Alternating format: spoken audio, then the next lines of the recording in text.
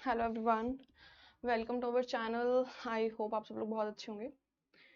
तो आज हम डिस्कस करेंगे 2017 का क्वेश्चन पेपर, लाइक जो उसके फर्स्ट 25 क्वेश्चन है उनको डिस्कस करेंगे। ठीक है, तो यहाँ अभी मैं बता दूं आपको कि हमारे यहाँ मास्टर कैडर के फिजिक्स और केमिस्ट्री की जो है प्रिपरेशन स्टार्ट हो चुकी है। लाइव एंड रिकॉर्डेड सेशंस हैं, तो अगर आपको डेमोज चेक करना है तो आप हमारी ऐप के ऊपर जाके चेक कर सकते हैं। इसके अलावा अगर कोई भी क्वेरी हो तो नीचे दिए गए नंबर पर हमें कांटेक्ट कर सकते हैं। या so let's start with our first question. तो जो हमारा फर्स्ट क्वेश्चन है वो है oscillation becames damped due to.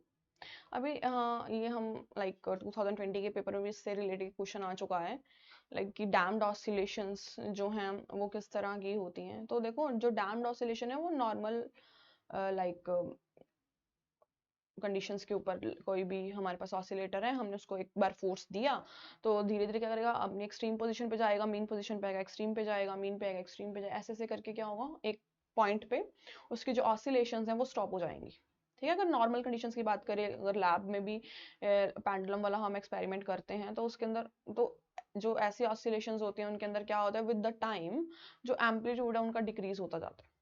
ठीक है, तो इस तरह की ऑसिलेशन को हम डैम्प्ड ऑसिलेशन कहते हैं। तो क्वेश्चन क्या पूछा जा रहा है कि oscillation became damped due to, oscillation जो है डैम्प्ड क्यों हो जाती हैं। तो नॉर्मल फोर्स की वजह से, टेंजेंशियल फोर्स की वजह से या पैरेलल फोर्स की वजह से। ये तीनों ऑप्शन जो है इनकरेक्ट रहेंगे। इसका जो करेक्ट ऑप्शन है वो है फ्रिक्शन फोर्स। ठीक है, क्योंकि ये पेंडुलम क्यों स्टॉप हो जाता है, अगर वैक्यूम में रखते तो ये स्टॉप नहीं होता है ना, वैक्यूम में, क्योंकि उसको कोई फ्रिक्शन फोर्स नहीं मिलता है।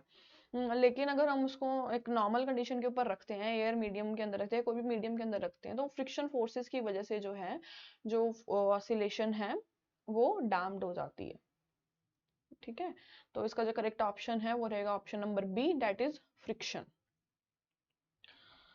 Next question we have, determine logarithmic decrement if the amplitude of the vibrating body reduces to 1/6 in 2 cycles। हमें क्या फाइंड आउट करना है, लॉगरिथमिक डिक्रीमेंट फाइंड आउट करना है अगर एम्पलीट्यूड जो है वाइब्रेटिंग बॉडी का रिड्यूस हो जाता है 1/6 इन 2 साइकिल्स। अब यहाँ पे क्या है, A1 और A2 यानी कि फर्स्ट और सेकंड साइकिल की बात नहीं करी गई है, फर्स्ट और थर्ड साइकिल की बात करी गई है ना, क्योंकि इन 2 साइकिल्स उन्होंने कहा है। तो जो डेल्टा है उसका फॉर्मूला कुछ इस तरह से होता है, नेचुरल लॉग A1/A2। और यहाँ पे लिखा हुआ है 2 साइकिल्स, तो ये वाला जो फॉर्मूला है वो कुछ इस तरह से बन जाएगा, 2 delta is equals to log A1 अब जो A2 है वो A3 में आ जाएगा, है ना। 2 साइकिल्स की बात करेंगे, थर्ड वाला A1 वाला साइकिल और A3 वाला साइकिल। और जो A3 है उन्होंने कहा है कि जो एम्पलीट्यूड है वो रिड्यूस कर रहा है 1/6 इन 2 साइकिल्स। तो A3 की जो वैल्यू है वो A1/6 हो जाएगी, 1/6 हो रहा है फर्स्ट साइकिल का, जो कि 2 साइकिल्स के बाद आ रहा है ना। A3 की जो वैल्यू है वो A1/6 हो जाएगी। तो इस चीज की वैल्यू को हम पुट कर देते हैं ऊपर वाले फॉर्मूला के अंदर। तो 2 delta is equals to log A1 divide by A1 into 6। तो A1 से A1 क्या है, कैंसिल हो जाएगा, तो ये हमारे पास क्या है, लॉग नेचुरल ऑफ 6 रह जाएगा। इसके बाद 2 delta is equals to log 6, delta is equals to log 6 divide by 2। अब क्या करेंगे हम, 2.303, क्योंकि ये हमारे पास जो लॉग है वो नेचुरल लॉग है, उसको हमें एक नॉर्मल लॉग के अंदर कन्वर्ट करना है, तो उसको 2.303 से मल्टीप्लाई करेंगे तो वो वही लॉग बन जाएगा, log 6 डिवाइड बाई 2। अब 2.303 को मल्टीप्लाई करो log 6 की वैल्यू से, log 6 की वैल्यू पुट करो, देन उसके बाद 2 से डिवाइड कर दो। ठीक है, तो इसका जो करेक्ट ऑप्शन है फिर वो आएगा हमारे पास C, option number C, that is 0.8958। ठीक है, तो या इसका जो करेक्ट ऑप्शन है वो ऑप्शन सी। अभी next we have, assuming the age of earth is to be 10 raised to power 10 years, what fraction of the amount of uranium still exists on earth। अगर हाफ लाइफ ऑफ यूरेनियम हमें 4.5 into 10 raised to power 9 years they रखा है, तो वो कह रहे हैं कि एज ऑफ जो अर्थ है वो 10 raised to power 10 ईयर्स है अगर, तो यूरेनियम का कितना फ्रैक्शन रहेगा, कितना वो डिके हुआ है इतने लाइफ टाइम में, या कुछ रहेगा या कंप्लीटली डिके हो चुका होगा। तो और हाफ लाइफ ऑफ यूरेनियम भी हमें दे रखा है। ठीक है, तो इस क्वेश्चन को सॉल्व करने के दो मेथड्स हैं, या तो उसको फॉर्मूला से सॉल्व कर दो, जो भी हाफ लाइफ वाला या फ्रैक्शन वाला फॉर्मूला था, है ना, या फिर इसको एक थ्योरेटिकल ऑब्जर्वेशन से कर देते हैं। तो इसका जो फॉर्मूला है वो कुछ इस तरह से था हमारे पास, N n is equals to n naught exponential minus lambda T. ठीक है, तो हमें क्या निकालना है, n बाय n नॉट, मतलब उस फ्रैक्शन की वैल्यू निकालनी है कि यूरेनियम कितना रह गया है अपने ओरिजिनल से वैल्यू से, तो e की माइनस लैम्डा टी। तो t यहाँ पे क्या है, जो कि अर्थ का लाइफ टाइम है, ठीक है, वो हम यहाँ पे पुट कर देंगे, और लैम्डा क्या है, जो भी डिसइंटीग्रेशन कांस्टेंट आएगा। ठीक है, तो लैम्डा हम फाइंड आउट कर लेते हैं t हाफ से, t half is equals to 0.693, actual में क्या करते हैं इसका थोड़ा, t half is equals to 0.693 divide by lambda. तो यहाँ से क्या लैम्डा की क्या वैल्यू आ जाएगी, 0.693 डिवाइड बाय t हाफ। ठीक है, तो 0.693 और t हाफ की वैल्यू क्या, 4.5 इंटू 10⁻⁹। ओके, तो इसको जब हम सॉल्व करेंगे इस 0.693 की, देन 4.5 से डिवाइड इंटू 10⁻⁹, तो इसकी जो वैल्यू है वो 1.54 इंटू 10⁻⁻10। ठीक है, इंटू 10⁻⁻10, इसकी वैल्यू कुछ इस तरह से आ गई है। देन उसके बाद हम लैम्डा की वैल्यू को इस पर्टिकुलर फॉर्मूला के अंदर पुट कर देंगे, जो कि लेट्स से इक्वेशन नंबर 1 में पुट कर देते हैं। तो ये n by n naught is equals to exponential minus 1.54 into 10⁻⁻10, और जो टाइम है अर्थ का वो कितना दे रखा है, 10⁻10 दे रखा है। तो फ्रैक्शन क्या आ जाएगी, n by n naught equals to exponentially 10⁻⁻10 10⁻10, ये तो जीरो हो जाएंगे, देन एक्सपोनेंशियल माइनस 1.54 आ जाएगी। अब एक्सपोनेंशियल माइनस 1.54 को सॉल्व करेंगे, ठीक है, तो बस हमारे पास फ्रैक्शन आ जाएंगे। तो इसका जो आंसर है वो आएगा ऑप्शन नंबर ए, 0.2143, क्योंकि e की पावर माइनस 1.54 जो है उसकी वैल्यू 0.2143 होती है। ठीक है, अप्रॉक्स। तो यहाँ से हमारे पास क्या है, फ्रैक्शन आ जाएगी। तो ये तो था एक मेथड, या तो e की पावर्स को लर्न कर लो और फिर उसके बाद हमें इसको भी सॉल्व करके देखना पड़ेगा, है ना, इसमें भी मतलब वो लेंथ टाइम जाएगा थोड़ा, तो ये क्वेश्चन लेंथ ही बन जाएगा, इतना टाइम तो खैर होता भी नहीं है पेपर को सॉल्व करने के लिए। तो या अभी इसके अलावा हम क्या कर सकते हैं, ये देखिए, इसके अलावा क्या कर सकते हैं हम, तो इसको थोड़ा थ्योरेटिकल बेसिस के ऊपर लेकर आते हैं। तो वो कह रहे हैं कि assuming the age of the earth is to be 10⁻10, ठीक है, और उसका जो हाफ लाइफ है वो 4.5 × 10⁻9 है, तो लेट्स सपोज कि 100 ईयर है ना, क्योंकि देखो 4.5 × 10⁻9 और 4 और अर्थ की 10⁻10, तो 10⁻10 और 10⁻9 तो ये आपस में बिल्कुल ही कैंसिल हो जाएंगे, है ना, 9 तक तो कैंसिल हो जाएंगे, सिर्फ 10 रहेगा, 10⁻, हमारे पास क्या है, एक जो पावर है वो रहेगी। तो हमारे पास क्या है, सपोज ये हमारे पास 100, अगर उन कैलकुलेशंस को छोड़ो और अज्यूम करो कि सपोज 100 ईयर्स है, उसका जो लाइफ टाइम जो है वो 100 ईयर्स तक है। ठीक है, तो अभी 100 ईयर्स तक है, तो जो हाफ लाइफ है, यानी कि अगर हम 50 ईयर्स करते हैं तो 4.5 इंटू 10⁻9 जो था, यानी कि 50 तक डिके हो गया, 50 ईयर्स तक वो जो है वो डिके हो गया, उसका हाफ लाइफ जो है उतना 4.5 10⁻9 है, तो 100 से 50, और फिर उसके बाद 50 के बाद जो हाफ लाइफ रहेगा वो 25 रहेगा। ठीक है, 100 के बाद हाफ लाइफ 50, 50 के बाद जो है 25। तो मतलब इस 10⁻10 के अंदर ना, 10⁻10 ईयर्स के अंदर सपोज जो है वो दो हाफ लाइफ आ रहे हैं, कंप्लीट दो हाफ लाइफ आ रहे हैं, कंप्लीट क्या है, दो हाफ लाइफ आ रहे हैं, 10⁻10 10⁻10 ईयर्स तक जो यूरेनियम है ना उसके 2 हाफ लाइफ्स आ रहे हैं, यानी कि वो पूरा पूरा पहले एक बार डिके हुआ हाफ तक, फिर उसके बाद अगेन अपनी हाफ वैल्यू का दोबारा डिके हुआ।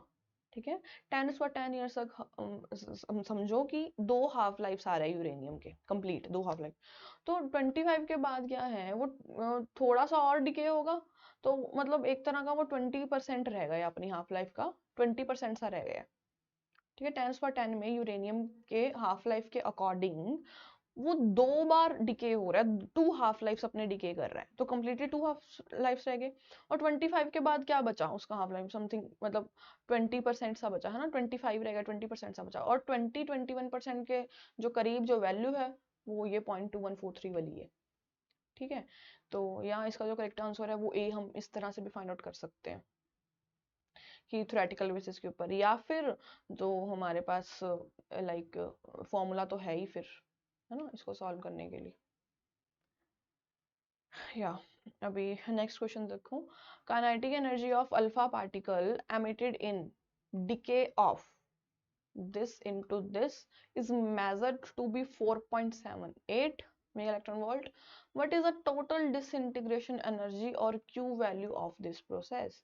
तो वो कह रहे हैं कि kinetic energy of alpha particle emitted हुआ है जब जो हमारे पास पेरेंट न्यूक्लियाई है डॉटर न्यूक्लियाई के अंदर जो है कन्वर्ट हो चुका है, तो is measured to be 4.78 mega electron volt. ठीक है, उसमें जो अल्फा पार्टिकल की जो काइनेटिक एनर्जी है वो 4.78 मेगा इलेक्ट्रॉन वोल्ट निकली। तो हमें क्या फाइंड आउट करना है, what is the total disintegration energy या फिर क्यू वैल्यू फाइंड आउट करनी है। ठीक है, हमें इसके अंदर इस प्रोसेस के अंदर हमें क्यू वैल्यू फाइंड आउट करनी है।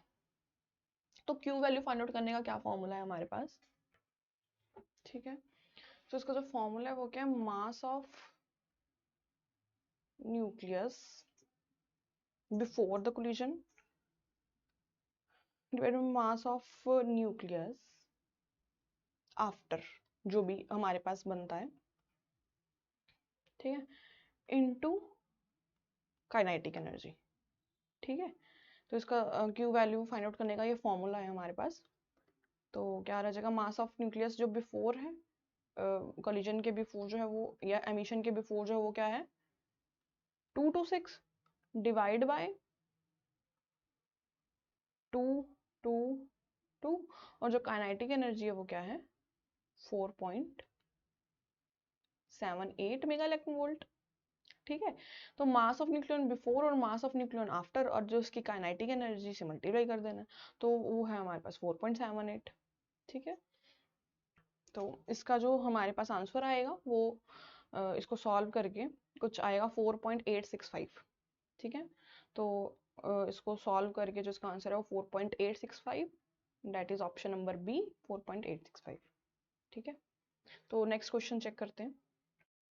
या अभी नेक्स्ट क्वेश्चन है हमारे पास, what is ground state spin and parity of aluminium. अभी हमें ग्राउंड स्टेट स्पिन और पैरिटी फाइंड आउट करनी है न्यूक्लियर की। तो इसके अंदर जो नंबर ऑफ प्रोटॉन्स हैं वो है 13, एंड जो नंबर ऑफ न्यूट्रॉन्स हैं वो क्या रहेगा हमारे पास 27 माइनस ऑफ 13। ठीक है, तो जो 27 में से अगर हम 13 को सब्ट्रैक्ट करते हैं तो वो हमारे पास क्या है, एक इवन नंबर आएगा। ठीक है, एक इवन नंबर आएगा, और जो भी ग्राउंड स्टेट स्पिन और पैरिटी जो लाइक ये प्रॉपर्टीज होती हैं किसी भी न्यूक्लियाई की, किसी भी एटम की, तो वो इवन चीजें डिस्क्राइब नहीं कर सकती, इवन सिस्टम जो है डिस्क्राइब नहीं कर सकते, चाहे इवन नंबर ऑफ न्यूट्रॉन है इवन नंबर ऑफ प्रोटॉन है वो डिस्क्राइब नहीं कर सकते। ठीक है, तो क्या कौन डिस्क्राइब करेगा, सिर्फ ऑड वाले डिस्क्राइब करेंगे। ठीक है, क्योंकि जो इवन इवन है उनकी पेयरिंग हो जाती है और आपस में जो है वो कैंसल अप हो जाते हैं, तो वो प्रॉपर्टीज के अंदर अपना कोई भी डिस्क्रिप्शन नहीं दे सकते, प्रॉपर्टीज के अंदर पार्टिसिपेट नहीं कर सकते। ठीक है, तो ग्राउंड स्टेट स्पिन और पैरिटी के बारे में हमें चेक करना है। तो यहाँ पे हमारे पास क्या है, नंबर ऑफ प्रोटॉन जो है वो ऑड है, तो नंबर ऑफ प्रोटॉन की कॉन्फ़िगरेशन लिखेंगे, और फिर जो लास्ट वाला इलेक्ट्रॉन जिस शेल के अंदर जाएगा वो डिस्क्राइब करेगा प्रॉपर्टी ऑफ स्पिन और पैरिटी वाला। ठीक है, तो या नंबर ऑफ प्रोटॉन के 13 प्रोटॉन आए हैं। ठीक है, इनकी हम लिख लेते हैं configuration according to shell model. तो 1s हाफ, ठीक है, इसके अंदर कितने इलेक्ट्रॉन्स आएंगे 2 इलेक्ट्रॉन्स, उसके बाद 1p 3/2, इसके अंदर 4 जा सकते हैं, और 1p 1/2 इसके अंदर 2 जा सकते हैं मैक्सिमम, तो कितने होंगे 4 5 6 7 8। अब हमें क्या करना है 5 और चाहिए, तो क्या करेंगे 1d 5/2, इसके अंदर क्या है 5 चले जाएंगे, क्योंकि इसके अंदर 6 आ सकते थे तो इसके अंदर 5 चले गए, क्योंकि हमें 13 चाहिए। तो या हमारे पास जो 13 प्रोटॉन वाली कॉन्फ़िगरेशन है वो कुछ इस तरह से आई 1d 5/2। ठीक है, तो अभी हमें क्या करना है, हमें इसकी स्टेट बतानी है, स्टेट स्पिन बतानी है और पैरिटी के बारे में बताना है। तो यहाँ जो पैरिटी का फॉर्मूला है वो कुछ इस तरह से है -1 की L। ठीक है, और J जो है वो क्या है 5/2 की लास्ट में जो भी गया है इलेक्ट्रॉन वो किस J की वैल्यू पे गया, तो J 5/2, क्योंकि D के अंदर गया है तो वहाँ पे D की जो स्पिन है वो कुछ इस तरह से आ रही है 5/2 के केस के अंदर आ रही है, तो J की वैल्यू हमारे पास है 5/2, और पैरिटी हम यहाँ से निकाल लेंगे -1 और -1 की पावर L के फॉर्मूला से। तो D के लिए जो L की वैल्यू है वो क्या है, जैसे SP DF, और L के लिए 0 1 2 3। L की वैल्यू कॉरस्पॉन्डिंग इन सारे शेल्स के लिए ये होती है। तो D के लिए जो L की वैल्यू है वो 2 है, तो -1 की 2 हो जाएगी 1, दैट इज इवन पैरिटी आ गई हमारे पास। J की वैल्यू 5/2 है, जो स्टेट की स्पिन है वो 5/2 है, और जो पैरिटी है वो इवन है। तो इसका जो आंसर है वो कुछ इस तरह से आ जाएगा 5/2 की प्लस। ठीक है, तो इसका करेक्ट ऑप्शन क्या हुआ फिर? Option number A, that is 5/2 plus. ठीक है, तो ये कुछ इस तरह से निकालता है। जो ऑड है सिर्फ उनकी कॉन्फ़िगरेशन लिखनी है, क्योंकि सिर्फ वही हमें बता सकता है ना। इवन इवन वाले पेयर अप करके आपस में जो है वो कैंसिल आउट हो जाता है, उनका इफेक्ट जो है नहीं होता। या अभी नेक्स्ट है हमारे पास, calculate the minimum energy of gamma rays necessary to disintegrate a deuteron into proton and neutron। given electron का चार्ज दे रखा है, मास दे रखा है, देन लाइट की वेलोसिटी दे रखी है, प्लैंक्स कांस्टेंट, इन सब चीज की, mass of proton, neutron, deuteron, सभी की वैल्यू दे रखी है। ठीक है, तो वो कह रहे हैं कि मिनिमम एनर्जी बताओ गामा रेस की जो डिसइंटीग्रेट कर सके ड्यूट्रॉन को। डिसइंटीग्रेशन मतलब न्यूट्रॉन को तोड़ना है ना, डिसइंटीग्रेट करना। तो तोड़ना मतलब क्या होता है? किसी न्यूक्लियाई को तोड़ना इंटू इट्स कॉन्स्टिट्यूएंट्स, तो वो क्या होता है हमारे पास? बाइंडिंग एनर्जी बोला जाता है उसको। ठीक है, तो इन शॉर्ट हमें इसके अंदर क्या करना है? बाइंडिंग एनर्जी जो है फाइंड आउट करनी है। ठीक है, बाइंडिंग एनर्जी की वैल्यू चेक करनी है हमें यहाँ पे। तो बस बाइंडिंग एनर्जी क्या होता है? Delta M C square. ठीक है, डेल्टा एम सी स्क्वायर होता है ना बाइंडिंग एनर्जी हमारे पास। तो बस अभी डेल्टा एम की वैल्यू पुट कर देंगे हम यहाँ पे। ठीक है, binding energy is equals to mn plus mp minus whole nucleus का जो भी मास होता है। तो यहाँ पे जो हम न्यूट्रॉन ले रहे हैं तो स्पेसिफिकली यहाँ पे d लिख देते हैं, तो इंटू सी स्क्वायर। और अभी इसके अंदर क्या करना है? ये वाली जो हमारे पास वैल्यू आई है वो कुछ जो है मेगा इलेक्ट्रॉन वोल्ट के अंदर आनी चाहिए। तो इसको क्या करेंगे हम? 1.6 इंटू 10⁻⁻13 से मल्टीप्लाई कर देंगे, तो जो वैल्यू आएगी वो मेगा इलेक्ट्रॉन वोल्ट्स के अंदर आ जाएगी। ठीक है, तो बस ये फॉर्मूला लगाना है। M N M P M D ये सब कुछ गिवन है, ऐसी की वैल्यू हमें पता है, अगर नहीं भी पता वो भी गिवन है यहाँ पे न्यूटन पर रेट। ठीक है, 1.6 इंटू -13 से मल्टीप्लाई कर दो, तो वो जो आंसर है वो ए एम यू की जगह मेगा इलेक्ट्रॉन वोल्ट के अंदर आ जाएगा। ठीक है, तो बस अभी हमारे पास क्या है? इनको सॉल्व करो और जो आंसर है वो हमारे पास आ जाएगा option number B, that is 1.747। ठीक है, इन सभी की वैल्यूज गिवन है क्वेश्चन के अंदर ही, तो ये तो और भी मतलब इजी हो जाएगा। तो यहाँ बाय यूजिंग दिस फॉर्मूला हम वैल्यू फाइंड आउट कर लेंगे इसकी। ठीक है, अभी नेक्स्ट हमारे पास क्या है? Nuclear cross section has a dimension of. अभी न्यूक्लियर क्रॉस सेक्शन की हमें देखो क्रॉस सेक्शन आ गया, तो ऑब्वियसली इसकी जो डायमेंशन है वो एरिया की होगी है। Nuclear cross section has a dimension of area. ठीक है, तो यहाँ इसका जो करेक्ट ऑप्शन रहेगा वो ऑप्शन नंबर ए। अभी नेक्स्ट हमारे पास है, in Young's double slit experiment two coherent sources of intensity are in ratio of 64:1 produce interference fringes, calculate the ratio of maximum and minimum intensities। हमें क्या फाइंड आउट करना है? रेशियोज ऑफ मैक्सिमम और minimum intensities. और उन्होंने क्या कहा हुआ है कि in Young's double slit experiment दो कोहेरेंट सोर्सेज हैं जिनकी जो इंटेंसिटी है वो कुछ इस तरह की रेशियो के अंदर दे रखी है। ठीक है, यानी कि I1 और I2 की जो वैल्यू है वो कुछ इस तरह से है, और हमें फाइंड आउट क्या करना है? I maximum divide by I minimum, इनकी रेशियोज फाइंड आउट करनी है। तो इसका फॉर्मूला होता है हमारे पास सिंपल सा, I maximum divide by I minimum is equals to root of I1 plus root of I2 का whole square divide by root of I1 minus root I2 का होल स्क्वायर। तो दोनों भी होल स्क्वायर है, तो हम क्या करेंगे? पूरा ही होल स्क्वायर यहाँ पे लगा देंगे। तो ये यंग्स डबल स्लिट एक्सपेरिमेंट के अंदर जो मैक्सिमम और मिनिमम होता है उनकी रेशियोज का ये फॉर्मूला होता है। ठीक है, तो root of I1 plus I2 ये क्या हो जाएगा हमारे पास? I1 की वैल्यू 64 है, 64 का रूट प्लस 1 का रूट डिवाइड बाय 64 का रूट माइनस 1 का रूट, फिर डिवाइड मतलब इसका स्क्वायर हो जाएगा। देन उसके बाद इनके रूट्स को सॉल्व कर लेते हैं। बस 8 प्लस 1 डिवाइड बाय 8 माइनस 1 का स्क्वायर, 9 डिवाइड बाय 7 का स्क्वायर, तो मेरे पास क्या आ जाएगा? 81 डिवाइड बाय 49। तो 81 रेशो 49 इसका आंसर होगा। तो इसका जो करेक्ट ऑप्शन रहेगा ऑप्शन नंबर सी, 81 रेशो 49। ठीक है, तो यहाँ ये छोटा सा फॉर्मूला जो है हमें लर्न करना था बस। अभी next we have which of the following waves can not be polarised, इनमें से कौन सी वेव जो है वो पोलराइज नहीं हो सकती। तो यहाँ पे लिखा हुआ है, देखो ऑप्शन हमारे पास क्या है, visible light, radio active light waves, sound waves या ट्रांसवर्स वेव्स। तो देखो जो ट्रांसफर वेव है इट कैन बी पोलराइज्ड, ठीक है, ट्रांसफर वेव्स को हम पोलराइज्ड कर सकते हैं। तो जो विजिबल लाइट है, रेडियो वेव्स है, ये सारी ट्रांसफर वेव्स हो गई है ना, तो एनी ट्रांसफर वेव्स ये तो पोलराइज हो सकती है, तो इनमें से तो कोई करेक्ट ऑप्शन नहीं हो सकता, क्योंकि ये विजिबल लाइट भी, रेडियो वेव्स भी ट्रांसवर्स वेव्स का ही है। तो जो साउंड वेव्स है दे आर लॉन्गिट्यूडनल वेव्स, तो they can not be polarised, ठीक है। तो यहाँ इसका जो करेक्ट ऑप्शन है वो option number C, that is sound waves can not be polarised, क्योंकि ये लॉन्गिट्यूडनल होती हैं, ठीक है। Next we have a single slit diffraction pattern is obtained on a screen using yellow light. If the yellow light is replaced by blue light without making any changes in experiment setup, what will the happen in the diffraction bands? तो वो कह रहे हैं कि अगर Young's double slit experiment, sorry a single slit diffraction pattern, यहाँ पे single slit diffraction pattern की बात कर रहे हैं कि अगर जो भी अपरेटस वहाँ पे है, अगर पहले हम उस फिनोमेना को येलो लाइट से परफॉर्म कर रहे हैं, लेकिन बाद में अगर हमने बिल्कुल कुछ सेटअप के अंदर चेंज नहीं किया, उसकी स्क्रीन के साथ एक सोर्स की भी डायरेक्शन चेंज नहीं किया, कुछ भी चेंज नहीं किया, डायफ्रैक्शन मतलब जो स्लिट्स हैं उनकी विड्थ भी वही सेम चीज के अंदर है, पैटर्न वही रहा सब कुछ, लेकिन हमने येलो लाइट को ब्लू लाइट से चेंज कर दिया है without making any changes in experimental setup. Experimental setup में नहीं चेंज किया है, बल्कि सिर्फ और सिर्फ लाइट्स को आपस में जो है वो चेंज कर दिया है। तो वो कह रहे हैं कि बताओ कि फिर डायफ्रैक्शन बैंड्स के अंदर, इन शॉर्ट की फ्रिंज विड्थ के अंदर क्या चेंज आएगा, यानी कि कुछ इस तरह से। तो beta is equals to D lambda by D होता है, ठीक है, beta is equal to D lambda by D.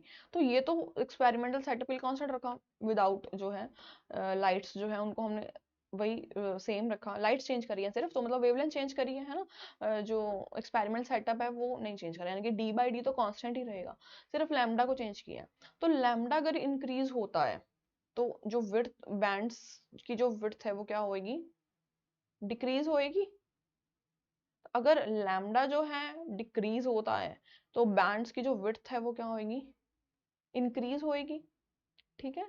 तो अभी जो हमारे पास लैम्डा यानी कि वेवलेंथ है वो किसकी ज्यादा है, ठीक है, वेवलेंथ ब्लू की ज्यादा है ना, ब्लू लाइट की जो वेवलेंथ है वो ज्यादा है। तो इसके अंदर क्या होगा, ब्लू लाइट की जो वेवलेंथ है वो ज्यादा होगी, वेवलेंथ इंक्रीज होगी, तो जो बैंड विड्थ है वो फिर डिक्रीज होगी। तो इसका जो करेक्ट ऑप्शन है वो क्या, बैंड विल डिसअपियर, ऐसा नहीं है, band will become broader and further part decrease होंगे ना, तो बैंड्स विल नैरोर, इसमें भी ब्रॉडर है तो ये भी नहीं होगा, bands will become narrower and crowded together, narrower होंगे और क्राउडेड हो जाएंगे। तो इसका जो करेक्ट ऑप्शन है वो है ऑप्शन नंबर डी। अगर आपको ये भी नहीं समझ आ रहा कि क्राउडेड ऑप्शन आ गया, लेकिन देखो ऊपर वाले सभी में क्या है, ब्रॉडर ब्रॉडर दे रखा है और बैंड विल डिसअपियर, तो ये तो हो ही नहीं सकते ना, तो बैंड विल बिकम नैरोअर। तो इसका जो करेक्ट ऑप्शन है, एक तो वो नैरो हो जाएंगे, क्राउडेड हो जाएंगे ना, पास पास आएंगे तो वो क्राउडेड हो जाएंगे। तो यहाँ इसका जो करेक्ट ऑप्शन है वो है bands will become narrower and crowded together. या अभी next, when a light wave is reflected at the surface of an optically denser medium then the change in the phase difference. इसको कह रहे हैं कि जब लाइट को रिफ्लेक्ट करते हैं ऑप्टिकली डेंसर मीडियम के अंदर रिफ्लेक्ट करवाया है, तो चेंज इन फेज डिफरेंस कितना होगा, तो इसका जो करेक्ट ऑप्शन है वो है पाई।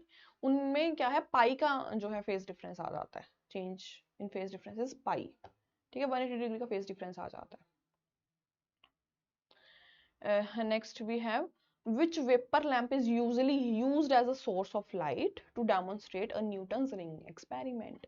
तो इनमें से कौन सा जो है वेपर लैम्प हम यूज करते हैं as a source of light Newton's ring experiment find out करने के लिए? तो ये तो हमने बहुत सारे लाइक लैब्स के अंदर भी जो एक्सपेरिमेंट करे जाते हैं वो सोडियम लैम्प से करे जाते हैं, है ना, तो जो न्यूटन्स रिंग वाला एक्सपेरिमेंट है वो भी सोडियम लैम्प से ही किया गया है।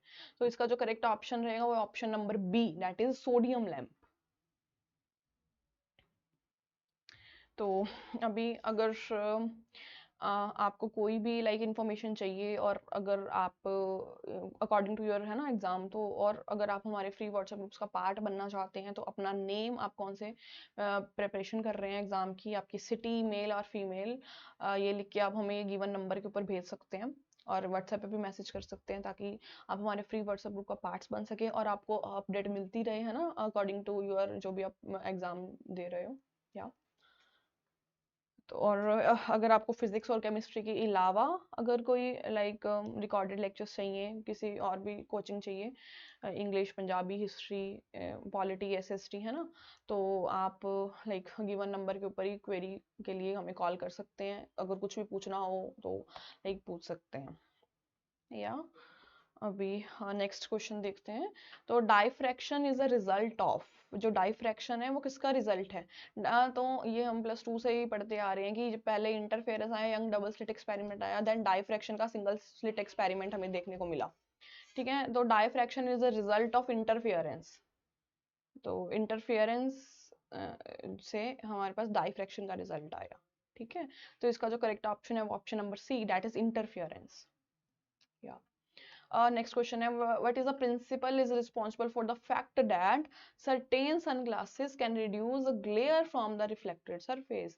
इनमें से वो कह रहे हैं कि कौन सा रिस्पॉन्सिबल प्रिंसिपल है and sunglasses can reduce glare from reflected surface.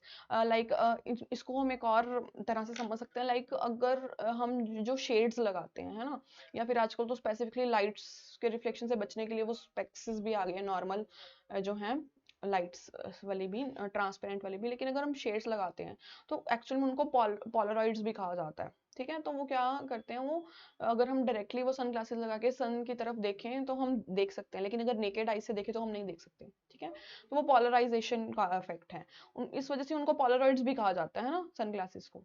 तो यहाँ इसका जो करेक्ट ऑप्शन है वो है polarisation, reduce glare from reflected surface. तो इसका जो करेक्ट ऑप्शन है वो option number B, that is polarisation. Next we have one beam of coherent light travels path P1 in arriving at a point Q, another coherent point travels। वो कह रहे हैं कि एक P1 है जो कि coherent light है और एक P2 है जो वो भी coherent beam of light है, और arriving at the same point। ठीक है, if these two beams are interference destructively, अगर इनको destructively interference हुए, if these two are interference destructively, the path difference P1 P2 must be equal to, तो same point पाएंगे, लेकिन हमें check करना है कि अगर ये डिस्ट्रक्टिवली जो अपना इंटरफेरेंस पैटर्न दिखाएं तो जो पाथ डिफरेंस है P1 माइनस P2 का वो कैसा होना चाहिए? ऑड नंबर ऑफ वेवलेंथ होना चाहिए, जीरो होना चाहिए, होल नंबर होना चाहिए, या फिर whole number of half wavelength होना चाहिए? हमें पता है जो डिस्ट्रक्टिवली वाली कंडीशन है उसका कुछ ऐसा 2n+1 λ/2 है ना। तो जो 2n+1 है वो क्या है, n हमारे पास क्या हो जाएगा फिर, ऑब्वियसली अगर 1 पुट करते हैं λ/2, ये हमारे पास 3 λ/2 आ जाएगा, जो कि अगेन ऑड है। अगर यहाँ पे मैं 2 पुट करती हूँ तो 5 आ जाएगा फाइनल, तो वो भी हमारे पास क्या है, ऑड है। सिमिलरली अगर हम डिस्ट्रक्टिवली इंटरफेरेंस करते हैं और λ/2 तो हाफ इंटीग्रल हो गया ना, तो an odd number of half wavelength, lambda is wavelength और उसके नीचे 2 है, तो ये हमारे पास पाथ डिफरेंस की कंडीशन है अगर हम डिस्ट्रक्टिवली इंटरफेरेंस देखें।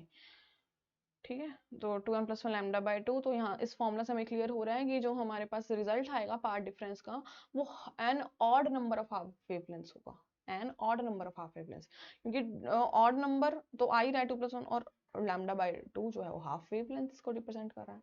ठीक है, तो इसका जो करेक्ट ऑप्शन है वो option number A, that is an odd number of half wavelengths. Next we have two light sources are said to be coherent, दो लाइट सोर्सेज को हम कोहेरेंट कहेंगे कब, जब they are of same frequencies, they are of same frequency, maintain a constant phase difference, they are of same amplitude, maintain a constant। देखो phase difference का होना जरूरी है ना, कोहेरेंट सोर्स को पता लगाने के लिए, कि उनका फेज डिफरेंस अगर डिफरेंट हुआ तो कोहेरेंट सोर्स नहीं होंगे। तो फ्रीक्वेंसी और एम्पलीट्यूड, ठीक है, एम्पलीट्यूड का जो है इतना नहीं है, लेकिन कांस्टेंट फेज डिफरेंस होना चाहिए।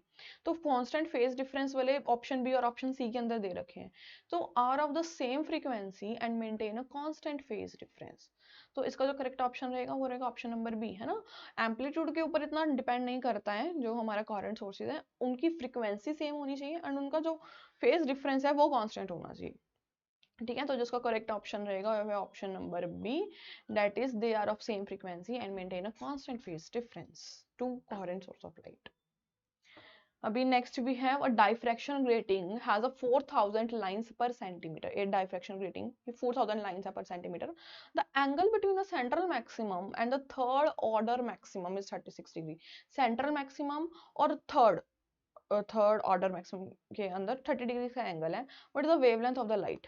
ठीक है, तो यहाँ पे क्या है, एक फॉर्मूला अप्लाई होगा, वो कौन सा है, diffraction a plus B sine theta is equals to N lambda. ठीक है, इसका जो फॉर्मूला है वो कुछ इस तरह से है। और जो a प्लस बी है उसकी वैल्यू क्या होती है, 1/n।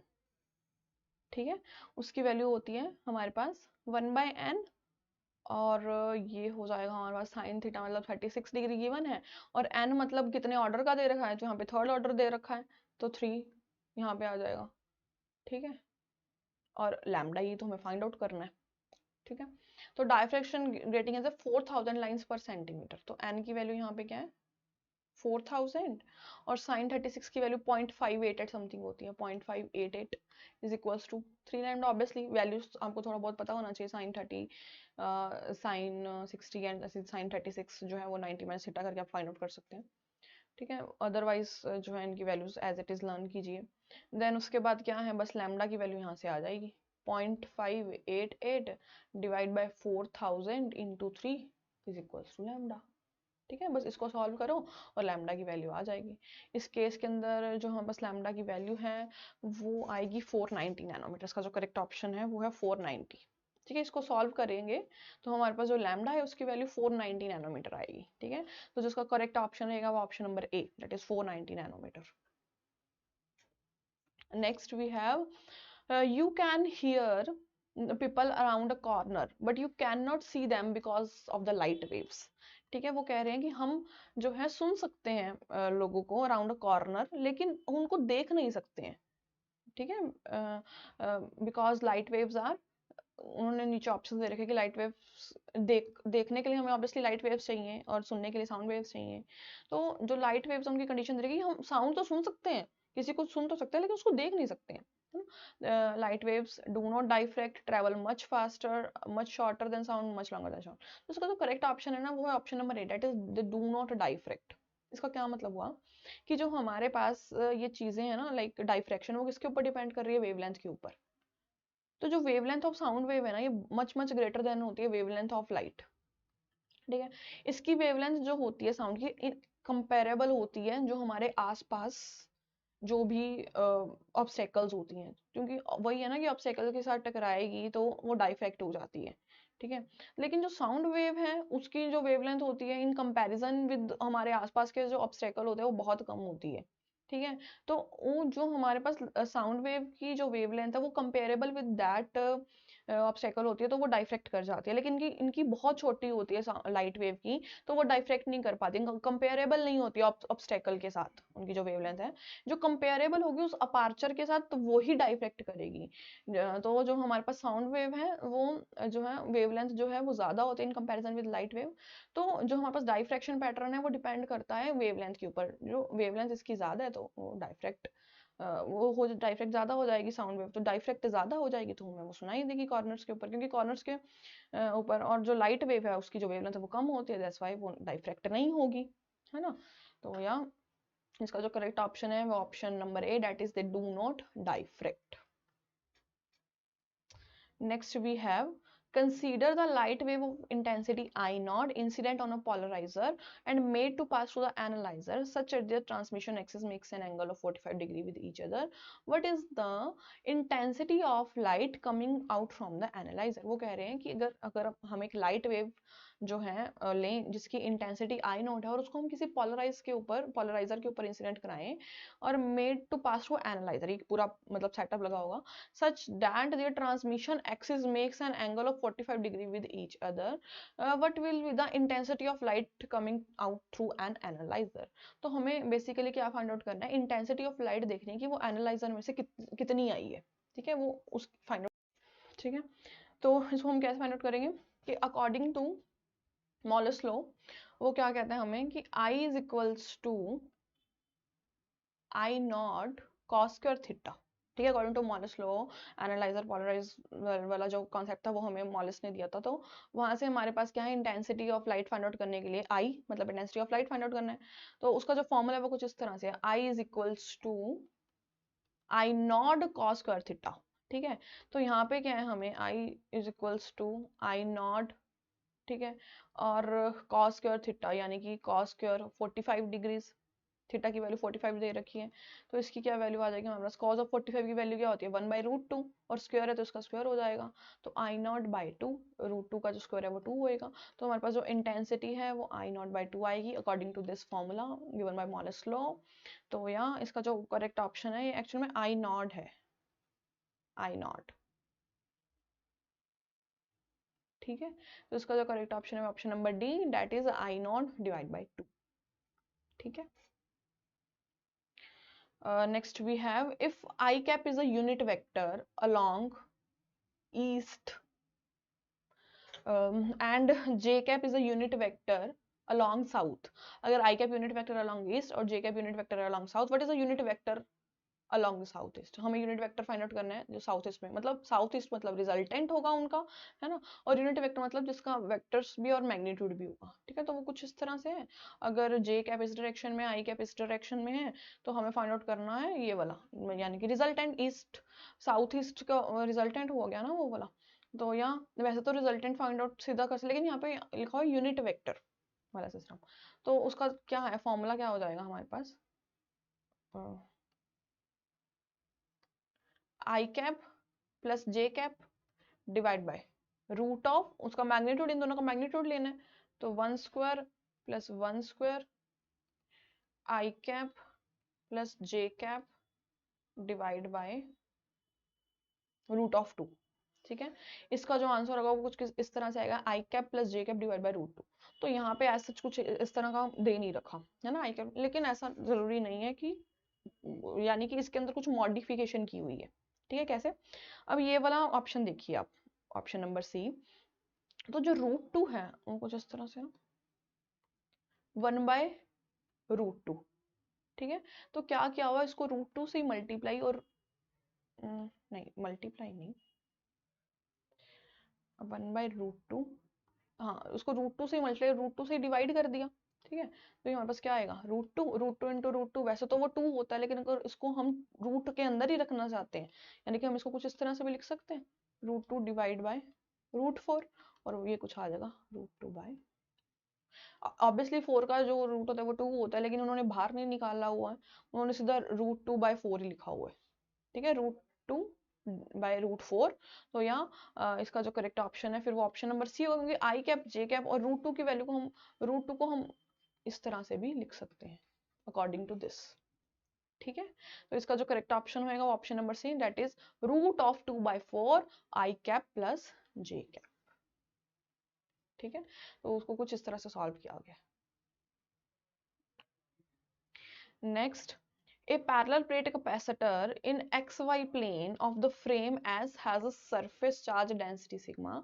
Find the speed with which the frame S dash should move so that charge density measured from S dash is twice the frame. मतलब वो कह रहे हैं कि अगर S के अंदर जो charge density थी वो सिग्मा थी, तो S dash के अंदर जो charge density है वो 2 सिग्मा होनी चाहिए, ठीक है। तो इसमें जो है हमें फाइंड आउट करना है स्पीड यानी कि वेलोसिटी। तो उस चीज को फाइंड आउट करने के लिए एक बहुत ही इजी सा फॉर्मूला है, √1 - v² / c² है ना, according to the theory of relativity के हिसाब से ये फॉर्मूलाज थे 1 तो अगर तो देखो, अगर ऐसा बात की हो ना कि एक फ्रेम के अंदर जो है सिग्मा आ रही है डेंसिटी और एक फ्रेम में ट्वाइस आ रही है, तो क्या होता है इस फॉर्मूला के को किसके इक्वल रख देना होता है, अगर ट्वाइस आ रही है ना तो उसको हाफ के इक्वल रख देना होता है, 1 - v² / c²। अगर ट्वाइस आ रहे हैं तो इसको हाफ इक्वल रख देना है, अगर वो 4 टाइम्स कह रहे हैं तो इसको 1/4 कर देना है, ठीक है, क्योंकि वो वेरी कर रही है इस हिसाब से फॉर्मूला के हिसाब से। तो 1 √1 - v² / c² is equals to 1/2, वो कुछ इस तरह से आ जाएगा। अब हमें क्या है वेलोसिटी फाइंड आउट करनी है, तो स्केयरिंग बोथ द साइड्स कर देते हैं, squaring both the side 1 - v² / c² is equals to 1/4। उसके बाद क्या करेंगे 1 - 1/4 is equals to v² / c², इसको उधर ले जाते हैं 1 - v² और 1/4 को इधर ले जाते हैं, तो 4 - 1/4 is equals to v² / c² and this is 3/4 is equals to v² / c²। उसके बाद क्या करना है, इसको थोड़ा सा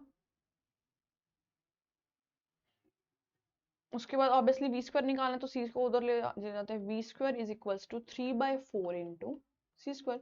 जो हमारे पास सी स्क्वायर है इसकी क्या वैल्यू है, 3 इंटू 10⁸8, उसकी स्क्वायर का देना है। और इनको सॉल्व करो, 3/4 को इंटू 3 इंटू 10⁸8 का स्क्वायर से मल्टीप्लाई करो, तो वहां से हमारे पास क्या है, वी स्क्वायर की वैल्यू आ जाएगी। वी स्क्वायर की जो वैल्यू आएगी उसको रूट में लिख देना, तो वहां से हमारे पास वी की वैल्यू आ जाएगी, तो रूट जो है वो सॉल्व हो जाएगा मतलब, ठीक है। और लेकिन इसके अंदर जो एक चीज हमें ध्यान देनी है, तो इसके जो ऑप्शंस दे रखे हैं ना वो सी में दे रखे हैं, यानी कि सी को सॉल्व नहीं किया हुआ, यानी कि सी की वैल्यू 3/8 डाल के सॉल्व, तो ये तो और भी इजी हो जाएगा फिर, है ना। तो सी की वैल्यू हमें डालने की जरूरत ही नहीं है। फिर हम क्या करेंगे, ये कुछ इस तरह से कर देंगे, ये हमारे पास क्या आ गया, 3/4 is equals to V square by C square, तो सी स्क्वायर को उधर ले जाओ, V square is equals to 3/4 C square, V is equals to root of 3/4 into C, C को सॉल्व ही नहीं करना है, तो कैलकुलेशन जो है और सही हो जाएगी।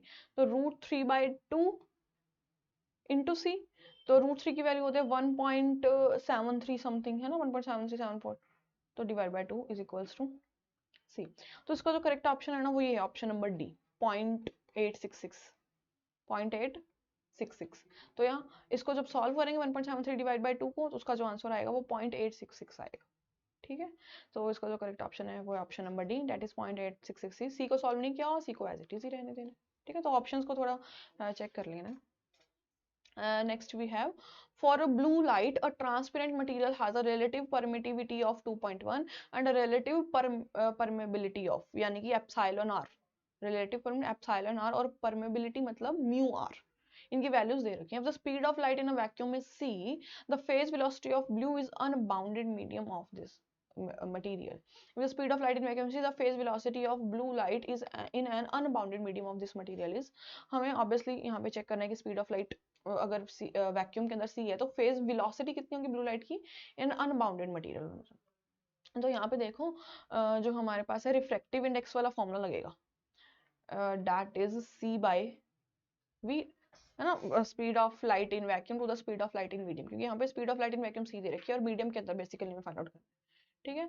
Refractive index is equals to C by V, तो यहाँ पे हमें v फाइंड आउट करना है, तो बस v को सब्जेक्ट बना लो, c बाय रिफ्रैक्टिव इंडेक्स, और रिफ्रैक्टिव इंडेक्स का हमें पता फॉर्मूला क्या होता है in terms of relative permittivity and relative permeability, और रिलेटिव परमिटिविटी के टर्म में एप्सिलॉन और म्यू आर, है ना, ये फॉर्मूलाज डायरेक्टली। तो ये तो डायरेक्टली था क्योंकि सब कुछ दे रखा है। Speed of light in vacuum C दे रखी है, speed of light in medium निकालनी है, तो बेसिकली हमारे माइंड में यही फॉर्मूला आना चाहिए कि वो दोनों किसको, उस चीज को हम रिफ्रैक्टिव इंडेक्स बोलते हैं। तो यहाँ से रिफ्रैक्टिव इंडेक्स का फॉर्मूला होता है एप्सिलॉन और म्यू आर, तो वो चीजें दे रखी हैं बस। C is equals to root of epsilon 2.1 into 1.0, अभी 1.0 2.1 करेंगे तो सी रूट ऑफ 2.1 नहीं आएगा, ठीक है। तो यहाँ पे जो वेलोसिटी आ गई वो सी बाय रूट ऑफ 2.1, इसका जो करेक्ट ऑप्शन है वो option number D, that is C by root of 2.1, ठीक है। अभी next we have which of the following equation is a consequence of the equation of this, तो ये हमारे पास एक मैक्सवेल इक्वेशन है और वो पूछ रहे हैं कि इनमें से कौन सी इक्वेशन जो है इस इक्वेशन को शफल करके या इस इक्वेशन में कुछ अप्लाई करके, है ना, ऐसा चाहे। तो वो क्या है, del cross H is equals to curly D by curly T plus जो जे वेक्टर है। तो यहाँ अभी यहाँ पे यानी कि left hand side basically zero है, और हमारे पास जो राइट हैंड साइड है वहां पे हमारे पास डेल डॉट लगा, यानी कि डाइवर्जेंस, ठीक है, डाइवर्जेंस ऑफ समथिंग जो है जीरो। तो देखो अगर मैं बोथ साइड डाइवर्जेंस पुट करती हूँ,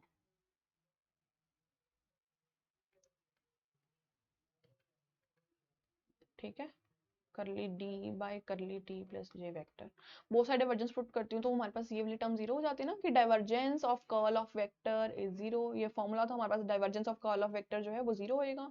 तो यहाँ del dot curly D by curly T plus J, है ना, क्योंकि देखो इस चीज को जीरो, तब ये जीरो, ये जो लेफ्ट हैंड साइड है तभी जीरो बन सकती है क्योंकि अगर इसके साथ जो है डाइवर्जेंस आ जाए, क्योंकि डाइवर्जेंस ऑफ कर्ल जीरो होता है। तो मैंने जब यहाँ पे डाइवर्जेंस लगाया बोथ द साइड्स, तो हमारे पास जो लेफ्ट हैंड साइड है वो जीरो आ गया, राइट हैंड साइड हमारे पास ये आ गया। तो इनमें से कौन सा ऑप्शन करेक्ट हुआ, फिर ऑप्शन नंबर ए ही करेक्ट हुआ, क्योंकि इसके सिर्फ इसके पास ही हमारे पास डाइवर्जेंस है, del dot curly D by curly T plus J vector is equal to zero. यहाँ इसका जो करेक्ट ऑप्शन है वो option number A, next question देखते हैं. except for mass, the property of the muon most closely resemble to the properties of. इनमें से सिर्फ मास को छोड़ के किसकी प्रॉपर्टी, म्यून की प्रॉपर्टी किसके ज्यादा क्लोजली रिसेंबल कर रही है. ठीक है, हमें ये बताना है. तो ऑप्शन दे रखे हैं पायोन, इलेक्ट्रॉन, प्रोटॉन, फोटोन. तो इनमें से जो हमारे पास म्यून है उसकी प्रॉपर्टी किसके साथ ज्यादा रिसेंबल करेगी. ऑब्वियसली इलेक्ट्रॉन के साथ ही ज्यादा रिसेंबल करेगी ना, क्योंकि म्यून और लेप्टॉन, म्यून और electron they both are belong to the same family called lepton, है ना. म्यून और इलेक्ट्रॉन जो है लेप्टॉन फैमिली से बिलोंग करते हैं. तो इनकी जो properties except the mass, obviously mass of muon और मास ऑफ इलेक्ट्रॉन जो है बहुत डिफरेंट है. तो इसका जो प्रॉपर्टी है म्यून की वो इलेक्ट्रॉन के साथ ज्यादा रिसेंबल में आ रही है, क्योंकि ये दोनों लेप्टॉन फैमिली से बिलोंग करते हैं एंड दे आर लेप्टॉन्स. ठीक है, तो इसका जो करेक्ट ऑप्शन है वो है option number B, that is electron. Next we have, suppose we have this जो है parent decay by natural activity in two stages.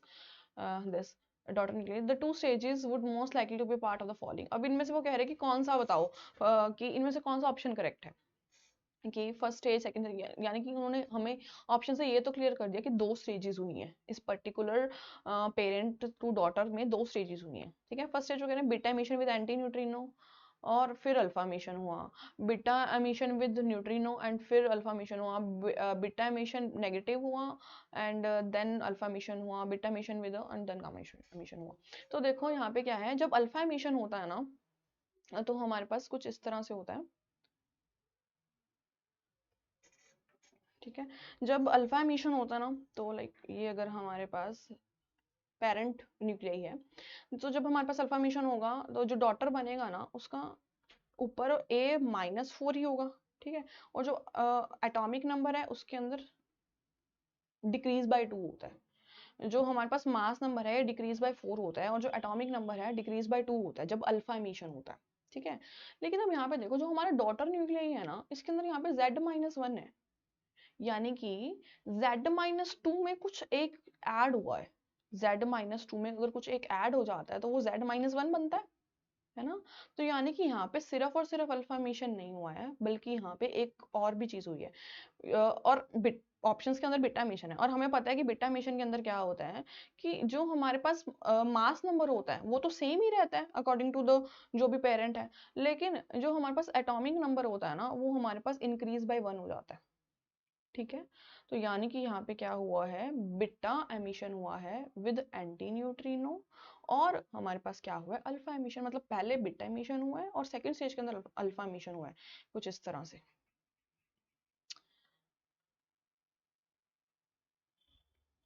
ZA अगर बीटा एमिशन होगा तो हमारे पास क्या है, जो Y बनेगा उसमें Z+1 और ये सेम रहेगा. अब इसके बाद अगर अल्फा डिके होगा तो ये क्या है, Z नहीं, इसको हम चलो Y ही ले लेते हैं. तो ये क्या है, A-4 हो जाएगा एंड देन ये Z+1 -2 हो जाएगा. Z+1 -1 2, ये Z-1 है. ठीक है, तो कुछ इस तरह से हुआ है कि beta emission with anti neutrino and alpha emission, क्योंकि यहाँ पे क्या है इलेक्ट्रॉन होएगा ना तो उसके साथ एंटी न्यूट्रिनो आएगा. तो यहाँ पे बीटा नेगेटिव एमिशन हुआ है और अल्फा एमिशन हुआ है. ठीक है, तो इसका जो करेक्ट ऑप्शन रहेगा वो है option number A, that is beta emission with an antineutrino and alpha emission. ठीक है, या अभी यहीं पे इसको एक बार के लिए एंड करते हैं, बाकी जो क्वेश्चंस हैं वो हम नेक्स्ट के अंदर देखेंगे. या अगर आपको हमारे टेलीग्राम चैनल का फ्री पार्ट बना है, लाइक कोई नई अपडेट चाहिए आप लोगों को, तो आप हमारे टेलीग्राम को ज्वाइन कर सकते हैं, हमें इंस्टाग्राम पे फॉलो कर सकते हैं और हमारे फेसबुक पेज को भी फॉलो कर सकते हैं. और जो भी स्टूडेंट्स इस चैनल के ऊपर नए हैं वो प्लीज़ हमारे चैनल को सब्सक्राइब करें एंड बेल आइकन को प्रेस करें. या थैंक यू सो मच.